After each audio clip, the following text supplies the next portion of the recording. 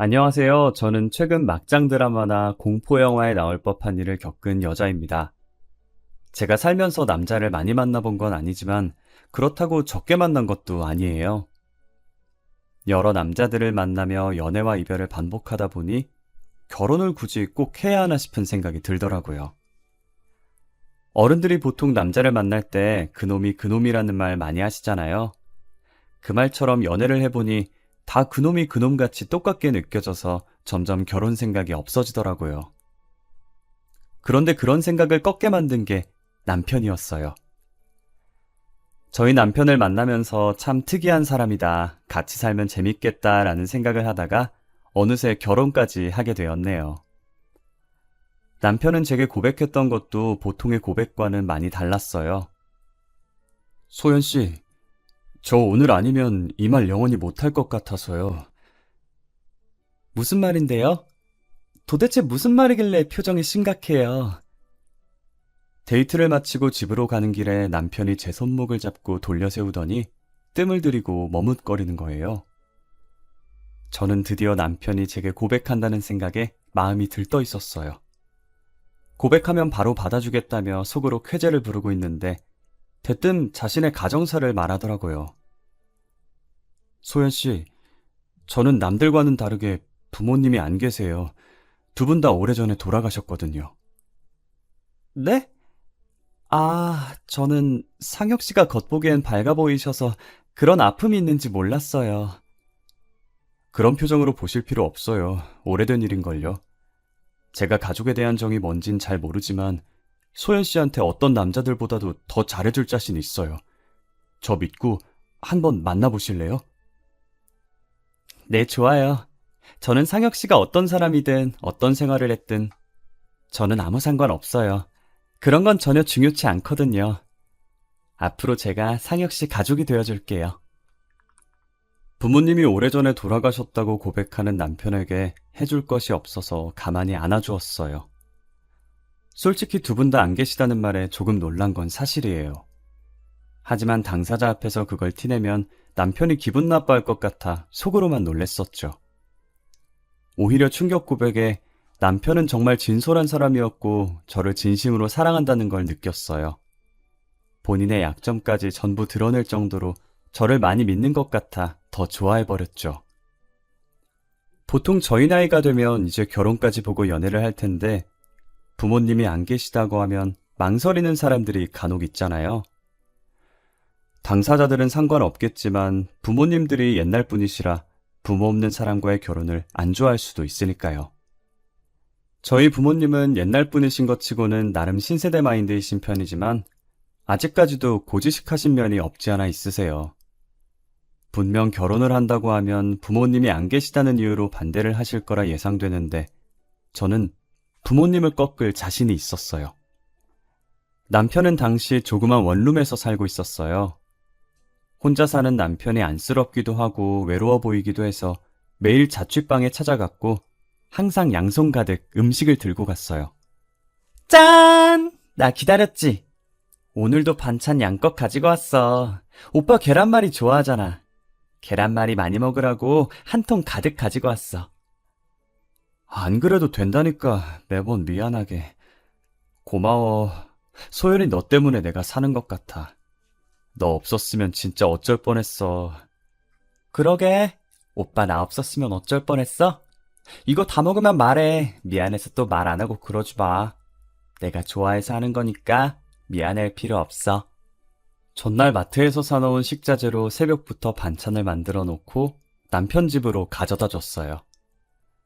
남편은 항상 미안해했지만 제가 준 반찬을 깨끗하게 다 먹고 빈통을 꺼내 놓더라고요.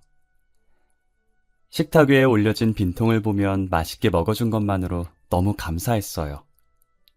그러다 한 번은 제가 주말이기도 하고 게으름을 부리고 싶어서 저녁에 찾아간 적이 있었어요.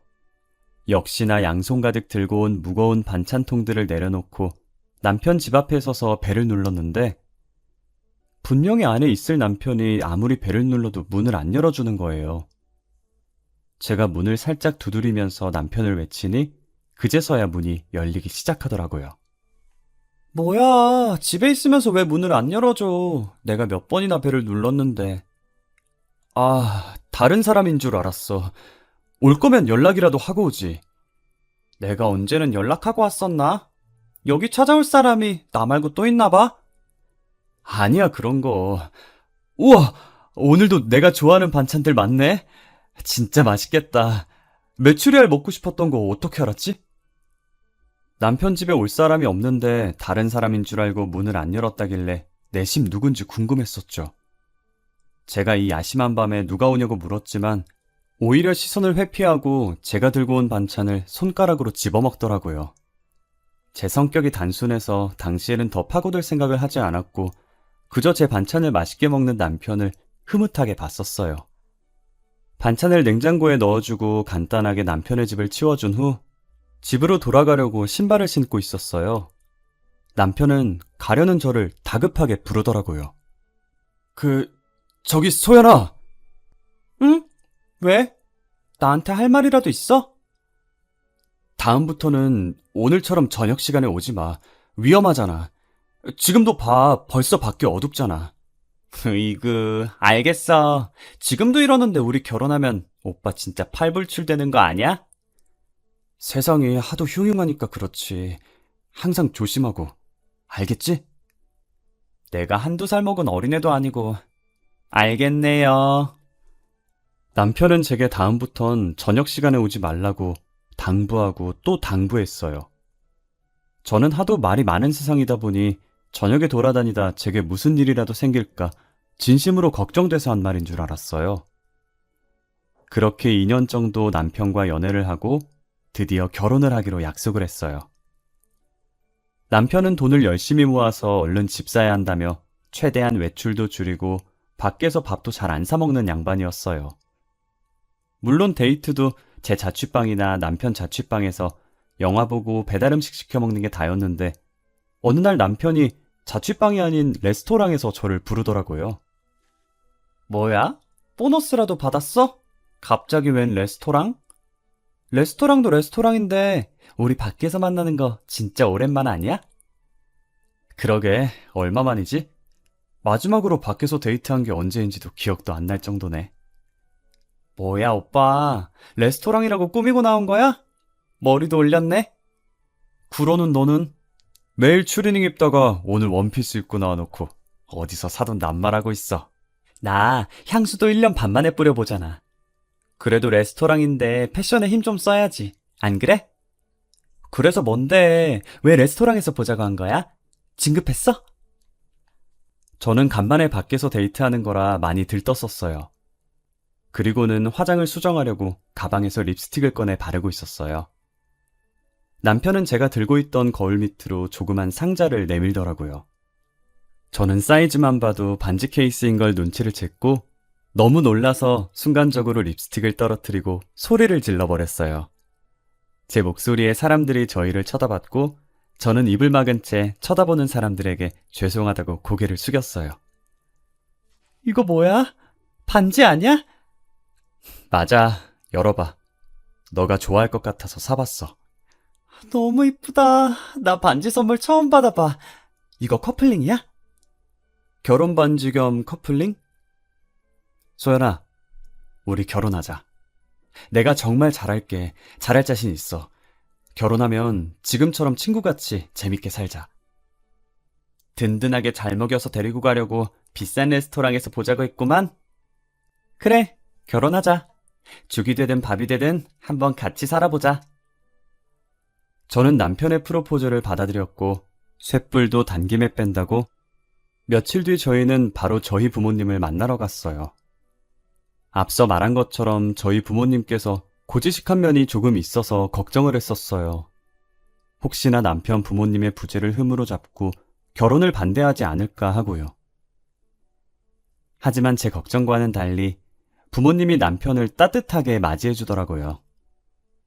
제게도 묵묵했던 아버지는 다소 서툴지만 진심을 다해 안아주었고 어머니는 남편 손을 꼭 잡고 고생 많았다고 어서 들어오라고 하셨죠. 안 그래도 우리 딸한테 들었어요. 혼자서 고생 많이 했겠네. 잘 왔어요. 어서 들어와요. 그동안 많이 힘들었을 텐데 잘 버텨줘서 너무 고마워요. 그리고 철부지 우리 딸 잘 챙겨줘서 너무 고마워요. 아니에요. 소연이가 얼마나 어른스러운데요. 철부지는 오히려 전걸요. 아마 부모님들 앞이라서 철없는 모습만 보이는 것 같은데 알고 보면 저보다 성숙한 사람이에요. 어머, 말도 어쩜 이렇게 잘할까. 앞으로 우리를 부모님이다 생각하고 편하게 지내요. 우리도 아들 하나 생겼다 생각하고 우리 딸보다 더 잘 챙겨줄 테니까. 엄마, 나 막 서운하려고 그래. 사위사랑은 작물하더니 벌써부터 오빠 챙기는 거야? 딸이 듣는 앞에서 딸보다 더 잘 챙겨준다고 하고. 나 진짜 서운해. 딸, 아빠가 있잖아. 아빠는 항상 너가 1순위다. 알지? 저희는 화기애애한 분위기로 별다른 문제 없이 결혼 허락을 받았고 남편의 부모님께서 안 계시니 상견례 없이 일사천리로 결혼을 진행했어요. 남편이 그동안 집 산다고 돈을 열심히 모으긴 했지만 턱없이 부족해서 신혼집은 대출과 부모님 도움을 조금 받아서 제가 장만했고 남편은 혼수가전을 해오기로 했습니다. 신혼여행 가 있는 동안에 혼수가전들이 하나둘씩 도착했어요. 휑했던 집이 신혼여행 후 돌아와 보니 제법 사람 사는 집같이 꾸며져 있더라고요. 이쁜 그릇들과 커플 앞치마까지 세팅해 놓은 주방은 보고만 있어도 기분이 좋아졌죠. 우리가 진짜 결혼을 했구나, 신혼이 이런 거구나 싶었어요. 오빠, 우리 드디어 말로만 듣던 신혼이야. 나 너무 설레. 그렇게 좋아? 아주 입이 귀에 걸렸네. 당연히 좋지. 오빠는 안 좋아? 사놓은 접시들이 너무 귀엽다. 그치? 우리 맛있는 거 많이 해 먹자. 나도 좋아. 우리 앞으로 이 접시가 닳아서 없어질 때까지 여기다 음식 올려서 먹자. 좋지. 나 요리 잘하는 거 알지? 오빠 완전 봉 잡은 거야.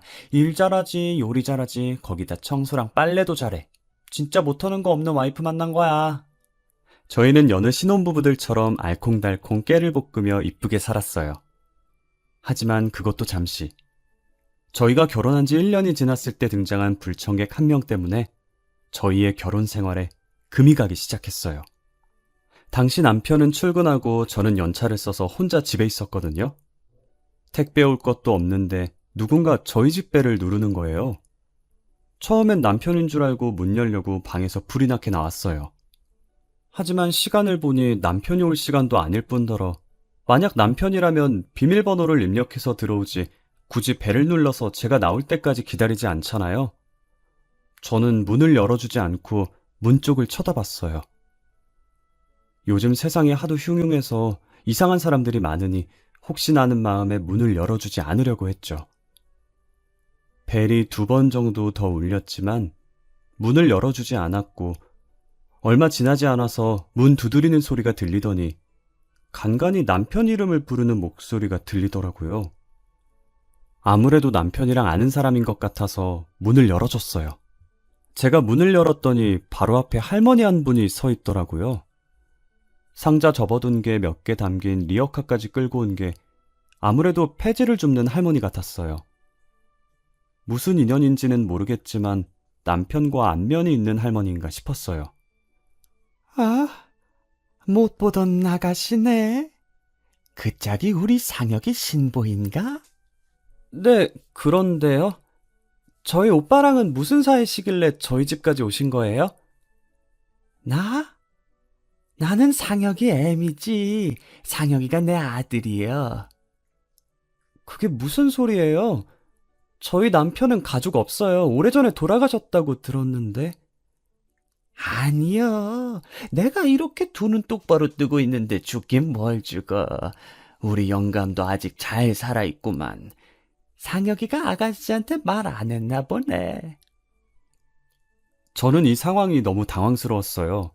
대뜸 리어카 끌고 와서 남편 찾는 할머니도 너무 당황스럽고 그 할머니가 자신이 남편의 친모라고 주장하는 것도 모두 황당했어요.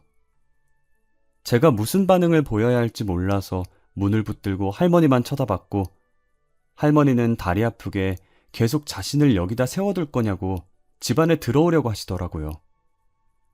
때마침 남편이 퇴근을 해서 집으로 들어오고 있었고 문 앞에 서 있는 저와 할머니를 보고 당황스러운 듯 보다가 저희 쪽으로 뛰어왔어요. 지금 여기서 뭐 하시는 거예요? 왜 여기까지 찾아왔어요?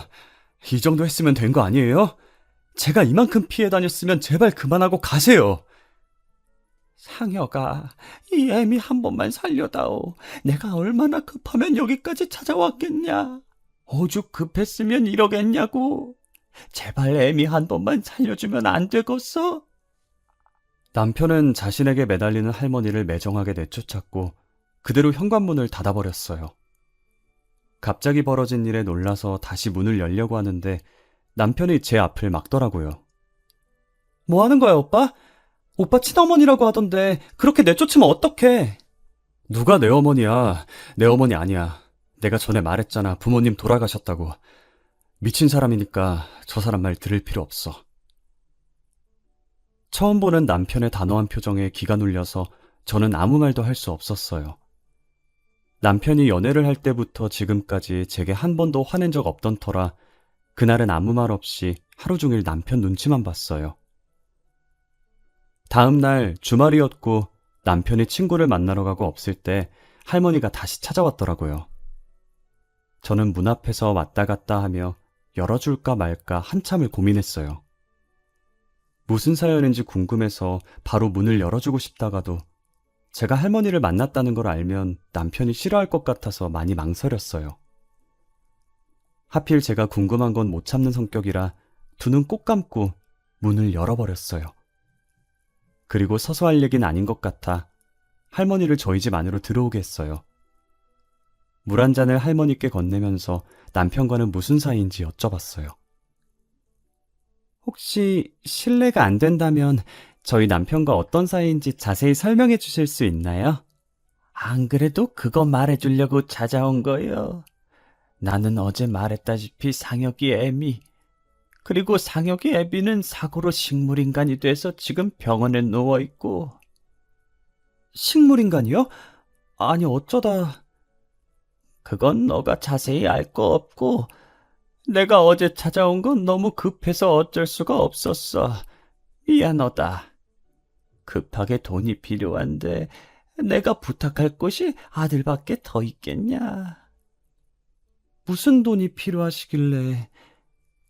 우리 상혁이한테 여동생이 하나 있는데 그것이 사고를 쳐서 임신을 한 거예요. 돈이 없어서 결혼식도 못 올리고 지 신랑이랑 따로 살고 있더라고. 아가씨 남자친구 쪽에서는 지원 못 해주신대요? 우리 집 가난한 집안이라고 결혼 허락도 안 해주는데 지원을 해주겠어? 그쪽 집안에서 나보고 3천만 원 혼수해올 자신 있으면 결혼 허락해준다더라. 네? 3천만 원이요? 그래, 3천만 원. 내가 당장 3천만 원이 어디 껐어. 그래서 염치 없는 거 알지만 울며 겨자 먹는 심정으로 여기까지 오게 된 거요. 혹시 3천만 원 있으면 어떻게 안 될까? 제가 3천만 원이 어디 있어요. 그리고 이건 제가 혼자 결정할 문제가 아닌 것 같아요. 제가 남편한테 말해볼 테니까 일단은 댁으로 돌아가 계세요. 아유, 고마워. 꼭 우리 아들한테 말 좀 잘 부탁함세. 저는 초면에 3천만 원 드리기도 못하고 3천만 원이 결코 적은 액수는 아니니 혼자서 결정할 문제가 아닌 것 같아서 일단 시어머니라고 주장하는 할머니를 돌려보냈어요. 남편은 할머니가 다시 찾아왔었다는 제 문자에 친구랑 놀다가 불이 나게 집으로 달려왔더라고요. 얼마나 뛰었던지 숨 넘어갈 듯이 헐떡거리면서 들어왔어요. 남편 이마에 맺힌 땀을 닦아주면서 할머니에게 들은 얘기를 남편에게 해줬어요. 아무 말 없이 고개만 끄덕이며 제 말을 듣다가 한숨을 내쉬더라고요. 사실 그 사람 친어머니 맞아. 내가 어릴 때 가난했었거든. 지금도 가난하고. 20살이 되던 해에 새 인생 살고 싶어서 부모님과 연 끊고 집에서 도망쳐 나왔었어. 그랬구나. 아버님은 지금 식물인간이라고 하시던데. 나도 어머니한테 들은 건데 아버지가 사고 나서 식물인간이 되셨더라고. 내가 집 나온 뒤로 어머니가 찾아와서 말씀하신 거라 무슨 사고가 났는지는 잘 몰라. 그러면 오빠가 없을 때 사고 나신 거네. 어떡해. 내가 결혼 전에 너한테 저녁 시간에는 찾아오지 말라고 했었던 거 기억나? 기억나지. 나 그 뒤로 저녁 시간엔 안 갔었잖아. 항상 그 시간이면 어머니가 찾아와서 나한테 돈 달라고 그랬었거든. 아버지 병원비가 만만치 않다면서. 혹시나 너랑 마주칠까봐 저녁에 오지 말라고 했던 거야. 신혼집 구할 때도 자취방이랑 멀리 떨어진 곳 구하자고 하더니 이게 다 어머님 때문이었어? 미리 말 못해서 미안해. 말없이 이사 가면 못 찾을 줄 알았는데 이렇게 찾아올 줄은 몰랐어. 내가 어느 회사 다니는지 아니까 퇴근 시간에 와서 나를 미행하신 것 같아. 시어머니는 결혼 전에 남편한테 돈 달라고 계속 찾아왔었다고 하더라고요. 남편도 처음에는 낳아주고 키워준 정이 있어서 돈 달라고 할 때마다 줬었대요. 돈 주는 버릇을 하다 보니 시어머니는 습관처럼 남편을 찾아왔고 남편은 그런 시어머니에게 진절머리가 나서 도망치려고 했고요.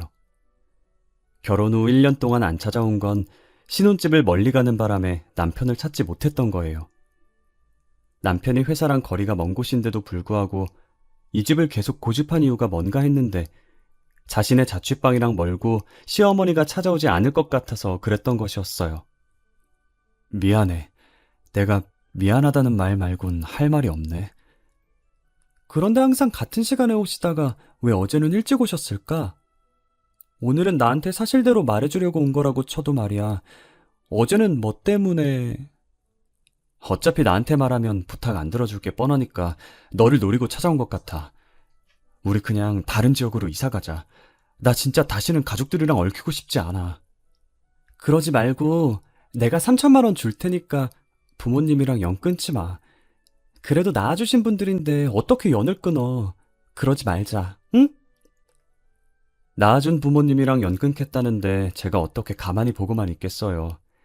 저는 남편에게 그러지 말라고, 그러다 나중에 후회한다며 며칠간 설득을 했어요. 결국 저의 끈질긴 설득으로 남편은 연을 끊지 않기로 했고 제가 준 3천만 원을 어머님께 드렸어요. 그러고 며칠 뒤 제게 발신번호 제안으로 전화가 온 거예요. 혹시나 보이스피싱일까봐 받을까 말까 망설였지만 호기심을 못 견디고 전화를 받았어요. 저는 아무 말도 없이 가만히 듣고만 있으니 30초 뒤 스피커 너머로 어떤 여자 목소리가 들리더라고요. 여보세요? 뭐야, 받은 거야, 만 거야? 여보세요? 안 들려요? 들려요. 누구세요? 들리면서 왜 대답을 안 해요? 저 상혁 오빠 전 여자친구인데요. 앙칼진 목소리의 주인은 다름 아닌 남편의 전 여자친구였어요. 전 여자친구라는 말에 짧은 시간 동안 수만 가지 생각이 스쳐 지나갔어요. 도대체 전 여자친구가 내게 무슨 볼일로 전화를 한 걸까? 혹시나 남편을 다시 내놓으라는 전화일까? 짧은 순간에 막장 드라마 한 편 만들었죠. 그래서요? 전 여자친구분이 무슨 일로 저한테 전화 주신 거죠? 궁금한 게 있어서요. 제가 2년 전에 상혁 오빠랑 결혼까지 약속했었거든요. 결혼 날짜도 잡았었고요. 그래서요? 그게 뭐 어쨌는데요? 결혼 3일 남았을 때였나 4일 남았을 때였나 어머님이 저를 찾아오셔서 식물인간인 시아버지 병간호를 부탁했었거든요. 며느리니까 당연히 해야 한다면서. 그쪽한테는 그런 부탁 안 하셨어요? 어머님께서 그런 부탁을 하셨었다고. 왜 그래요? 무슨 일 있어요? 왜 갑자기 소리를 지르고 그래요? 귀엽게. 전 여자친구라는 사람은 남편이랑 결혼까지 약속했었는데 결혼하기 이틀 전에 파혼을 했다더라고요. 당시에도 남편이 부모님이 없다고 해서 그 여자도 남편한테 부모님이 없는 줄 알았대요. 그런데 결혼하기 3일 전쯤에 자신이 시어머니라고 주장하면서 시아버지 병간호를 부탁했다는 거예요. 그래서 파혼을 했는데 저한테는 그런 말 없었냐고 물어보더라고요. 저는 그런 말을 들은 적이 없어서 진짜냐고 그 여자한테 되물어보려고 하는 순간에 저희 집 벨이 울렸고 마치 공포영화처럼 현관문 벨이 울리면서 인터폰에 시어머니 얼굴이 비치더라고요. 이 타이밍에 시어머니 얼굴이 떠서 놀란 나머지 소리를 지르면서 들고 있던 휴대폰을 떨어뜨렸어요. 소리 지른 게 바깥까지 다 들렸는지 제가 있다는 걸 알고 시어머니는 문을 미친 듯이 두드렸어요. 배를 눌렀다가 문을 두드렸다가 진짜 공포영화 한 장면인 것처럼 난리도 아니었어요. 제가 문을 열어주지 않자 스스로 열어보려고 손잡이를 잡고 계속 돌리는데 덜컹거리는 소리가 너무 선명하게 들려서 공포감이 들었어요. 저는 떨리는 손으로 문을 열었고 시어머니는 웃으면서 집 안으로 들어오더라고요. 그러더니 자연스럽게 거실에 있는 소파에 앉으시더니 제게 종이를 내미는 거예요.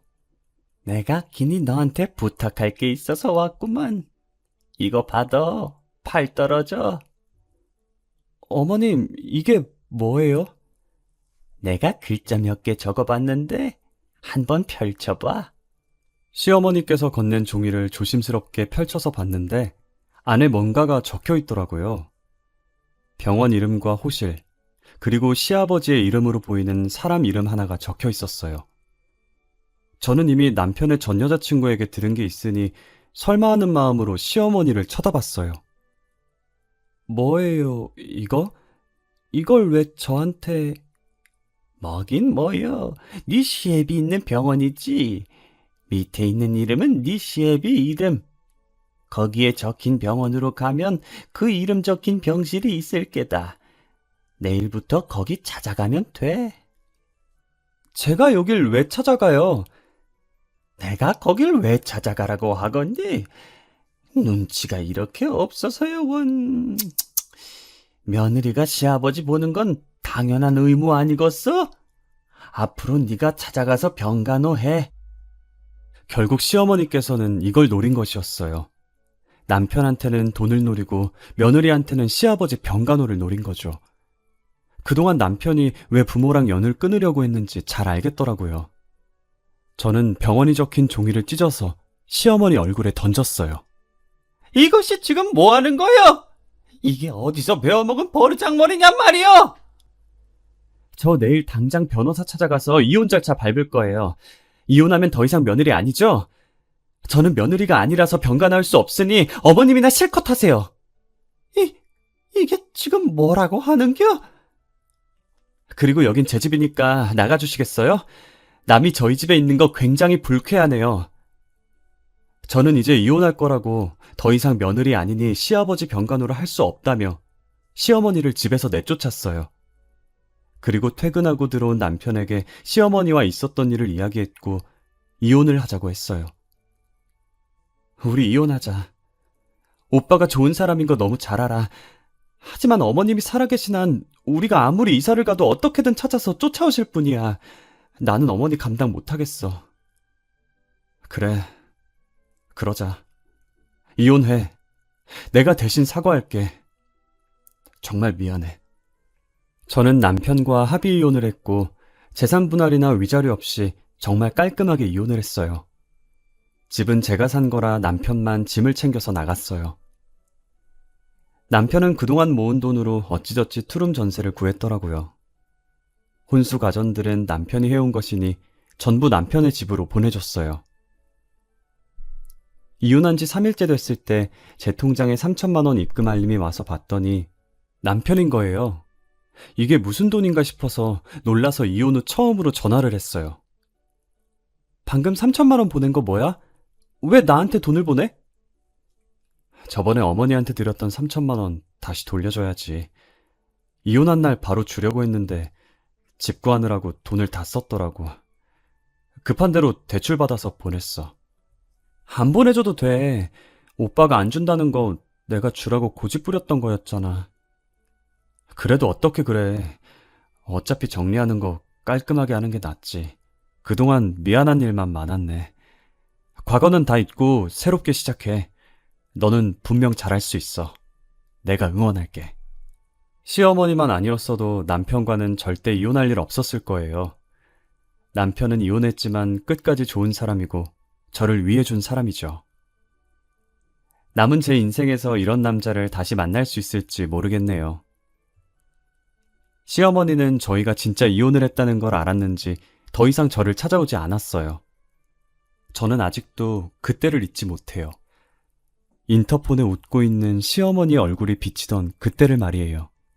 이혼의 이유가 남편을 잘못 만나서 헤어진 건 아니지만 잘못된 시어머니를 만날까봐 무서워서 아직 재혼은 꿈에도 못 꾸고 있네요. 남편이 숨기지 않고 솔직히 말했다면 제가 결혼을 했었을까요? 여러분들도 결혼하기 전에 상대방에게 숨겨진 가족이 있는 게 아닌지 꼭 확인하고 결혼하시길 바랄게요. 저처럼 뒤늦게 침몰하며 찾아와서 시부모 봉양하라고 명령하는 사람은 안 만나길 기도할게요. 제 사연 읽어주셔서 감사합니다.